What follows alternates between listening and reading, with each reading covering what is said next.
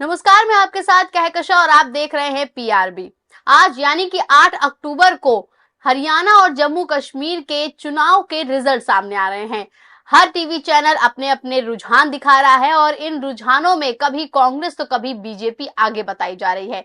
हालांकि हमने आपको दिखाया कि किस तरीके से कांग्रेस सुबह से बढ़त बनाए हुए थी हरियाणा में, लेकिन जब बैलेट पेपर की गिनती खत्म हुई और ईवीएम की गिनती शुरू हुई, उसके बाद सारा खेल ही पलट गया है। जी हाँ, हर तरह से बीजेपी अब आगे दिखाई जा रही है। आपको बता दें कि बीजेपी हमेशा से जो कारनामे करते आई है, इस बार हरियाणा में भी बीजेपी ने कुछ ऐसा ही कारनामा कर दिया है। जहां कांग्रेस पार्टी सुबह से बढ़त बनाए हुए थी हरियाणा में, हर तरह से कांग्रेस जीतती हुई नजर आ रही थी, लेकिन जैसे ही बैलेट पेपर की गिनती खत्म हुई, ईवीएम की गिनती शुरू हुई, तो ईवीएम ने अपना काम करना भी शुरू कर दिया। हमेशा से आपने देखा होगा कि भारतीय जनता पार्टी किस तरीके से धांधली के आरोप में कई बार विपक्ष के सामने घिरती हुई नजर आई है, और इस बार फिर से हरियाणा में जो नतीजों में बदलाव आया है, ऐसे में कांग्रेस एक बार फिर से भारतीय जनता पार्टी पर और ईवीएम पर धांधली का आरोप लगा रही है।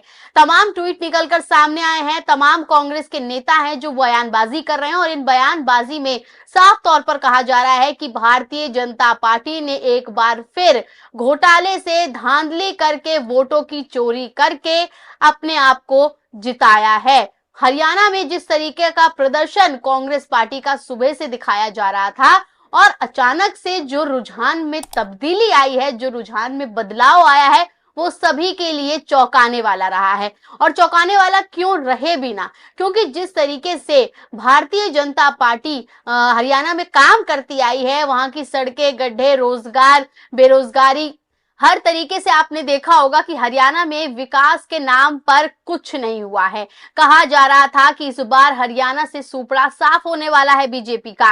बीजेपी को भी कहीं ना कहीं ये लग रहा था कि उनका सुपड़ा इस बार हरियाणा से साफ हो जाएगा, क्योंकि जिस तरीके से रैलियों में जो प्रदर्शन कार्यकर्ताओं के रहे, जिस तरीके से जो आपने देखा होगा प्रधानमंत्री नरेंद्र मोदी जो है रैलियां भी कम करी उन्होंने, उनके चेहरे पर मायूसी भी नजर आई, और ये तय था कि इस बार हरियाणा में भारतीय जनता पार्टी का खाता नहीं खुलेगा। लेकिन आपने देखा होगा कि हरियाणा के सीएम नायाब सिंह ने जिस तरीके का बयान आज से 2 दिन पहले दिया था, वो अब इसी ओर इशारा कर रहा है कि भैया भारतीय जनता पार्टी ने जब ये भांप लिया कि हमारी सरकार नहीं बनने वाली है, इसके बाद देख लीजिए उन्होंने किस तरीके का पैतरा अपनाया। क्योंकि नायाब सिंह ने अपने मुंह से ये बात कही है। नायाब सिंह का आप वीडियो भी सुन लीजिएगा, उसमें वो कहते हुए भी नजर आ रहे हैं कि भैया इस बार भारतीय जनता पार्टी जो है हरियाणा में फिर से आने वाली है, पूर्ण बहुमत से आने वाली है, क्योंकि हमने सारी व्यवस्था कर रखी है, आप चिंता मत कीजिए। तो ये कौन सी व्यवस्था है जो नायाब सिंह ने हरियाणा में की थी, जो बैलेट पेपर में नहीं कर पाए लेकिन ईवीएम में कर डाली। और ईवीएम को लेकर तो कोई ये पहली बार नहीं है जब ऐसा सवाल उठ रहा है कि ईवीएम में धांधली होगी। हमेशा से ईवीएम में धांधली को लेकर सवाल उठते रहे हैं, और ये तक कहा गया है कि ईवीएम हैक हो सकती है। इसको लेकर देख लीजिए एलन मस्क तक इस बात से राजी हैं कि ईवीएम में गड़बड़ी हो सकती है, बहुत आसानी से हो सकती है, लेकिन भारतीय जनता पार्टी इसको हमेशा नकारती रही है। आपको एक एक करके देख लीजिए ट्वीट दिखाएंगे कि किस तरीके से धांधली हुई है। कहा जा रहा है कि हरियाणा में फिर से वोटिंग होनी चाहिए, क्योंकि जिस तरीके की हरकत भारतीय जनता पार्टी ने की है, ऐसे में कांग्रेस इससे बिल्कुल संतुष्ट नहीं है। यहाँ देख लीजिए नाना पटोले जो है महाराष्ट्र में कांग्रेस अध्यक्ष हैं, उन्होंने कहा है कि दाल में कुछ काला है। जी हाँ, हरियाणा चुनाव नतीजों पर महाराष्ट्र कांग्रेस अध्यक्ष नाना पटोले ने ये बयान दिया है और कहा है कि दाल में कुछ काला है। और वाकई दाल में कुछ काला है, ये बिल्कुल सही बात कहीं ना कहीं लग रही है, क्योंकि जिस तरीके से नायाब सिंह बेहद कॉन्फिडेंस में कह रहे थे कि हमने व्यवस्था कर रखी है, आप चिंता मत कीजिए, तो उनकी व्यवस्था अब कहीं ना कहीं साफ नजर भी आ रही है कि कौन सी व्यवस्था नायाब सिंह ने की हुई है। देख लीजिए, इसको लेकर ट्वीट भी आया है। कृष्णाकांत करके हैं जर्नलिस्ट, इन्होंने लिखा है कि नायाब सिंह सैनी ने कल कहा था कि उन्होंने सारे इंतजाम कर लिए और बीजेपी ही जीतेगी। रुझानों में जो बाजी पलटी है, क्या वे उसी इंतजाम का नतीजा है? चुनाव काउंटिंग में सरकार कौन से इंतजाम करती है, ईवीएम या चुनाव आयोग? नायाब सिंह सैनी ने क्या इंतजाम किया है? तो देख लीजिए, सवाल खड़े हो रहे हैं कि नायाब सिंह सैनी ने जो बात कही थी, जो इंतजाम की बात वो कह रहे थे मीडिया के सामने, क्या वो इंतजाम यही था कि उन्होंने पूरा इंतजाम कर लिया है, चुनाव आयोग में उन्होंने इंतजाम किया है या ईवीएम में किया है, ये उन्हें अब बताना पड़ेगा। हालांकि जिस तरीके से चुनाव के जो नतीजे आ रहे थे, जो पलटे हैं, वो इसी ओर इशारा कर रहे हैं कि इनके जो बयान था जो नायाब सिंह का, वो कहीं ना कहीं इसी इंतजाम की बात कर रहे थे। आगे देख लीजिए आप, जैकी यादव ने लिखा है कि इतना सब कैसे बदल सकता है, मैं अब तक सदमे में हूं, ये सब समझ ही नहीं आ रहा। पत्रकार जमीन पर थे, उन्हें सब पता होता है। अब अगर कोई कहे कि जाट गैर जाट हो गया, तो ये बताओ, किसी एक पत्रकार ने तो ये महसूस किया होगा, मगर पहले तो किसी ने भी नहीं बोला। सारे एग्जिट पोल कांग्रेस को दिखा रहे थे, सारे पत्रकार कांग्रेस को दिखा रहे थे, सारे नेता कांग्रेस को बता रहे थे। शुरुआती रुझानों में कांग्रेस को प्रचंड जीत दिखाई जा रही थी, फिर अचानक से ऐसा क्या हुआ? देख लीजिए, कांग्रेस 77 पे चल रही थी, बीजेपी 8 पे। सुबह की बात है, न्यूज 24 के ये रुझान है, पवन खेड़ा से बातचीत चल रही है।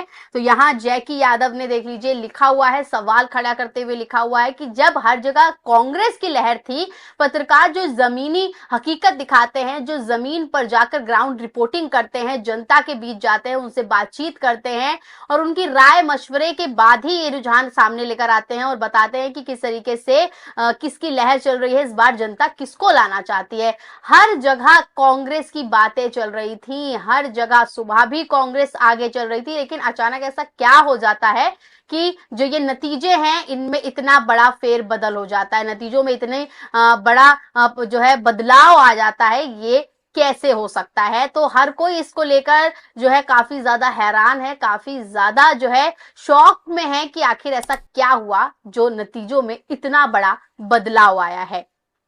इसके अलावा पवन खेड़ा भी ऐसे ही सवाल खड़े कर रहे हैं। जयराम रमेश की हमने आपको बात बताई थी, देख लीजिए पवन खेड़ा क्या कुछ कह रहे हैं। इन्होंने लिखा हुआ है, एएनआई से बात की है और इसमें कहा गया है कि कांग्रेस नेता पवन खेड़ा ने कहा कि ऐसा पहली बार हो रहा है कि चैनल अपने रिपोर्टर के आंकड़े नहीं बल्कि चुनाव आयोग के आंकड़े दिखा रहे हैं और चुनाव आयोग के आंकड़े 4 या 5वें राउंड के हैं, जबकि हमारे कंट्रोल रूम से 11-12 राउंड के आंकड़े आ चुके हैं। 4 राउंड के बाद विनेश फोगाट को पीछे दिखाया गया, लेकिन 9 राउंड के बाद वो 5200 वोटों से आगे हैं। आंकड़ों में इस अंतर को लेकर हमारे महासचिव जयराम रमेश ने ट्वीट कर चुनाव आयोग से पूछा है कि स्थानीय प्रशासन पर दबाव बनाने की ये क्या कोशिश है। हम चुनाव आयोग से इस पर तुरंत कार्रवाई करने और रुझानों को अपडेट करने की मांग कर रहे हैं। तो देख लीजिए, पवन खेड़ा का भी ये कहना है कि किस तरीके से जो रुझान में तब्दीली आई है, जो चुनाव आयोग है 11-12 राउंड के जो नतीजे हैं वो अपडेट ही नहीं कर रहे हैं, 4-5 राउंड के नतीजे जो हैं वो अपनी वेबसाइट पर डाल रहे हैं और इसकी बात हम पहली वीडियो में भी कर चुके हैं। इसके अलावा देख लीजिए, यूजर्स हैं जो वो भी इस तरीके के सवाल उठा रहे हैं। अनिल यादव, उन्होंने लिखा हुआ है कि पोस्टल बैलेट की गिनती के बाद कांग्रेस 2/3 बहुमत की ओर बढ़ रही थी, लेकिन जैसे ही ईवीएम से गिनती शुरू हुई, हमेशा की तरह बीजेपी जीतने लगी।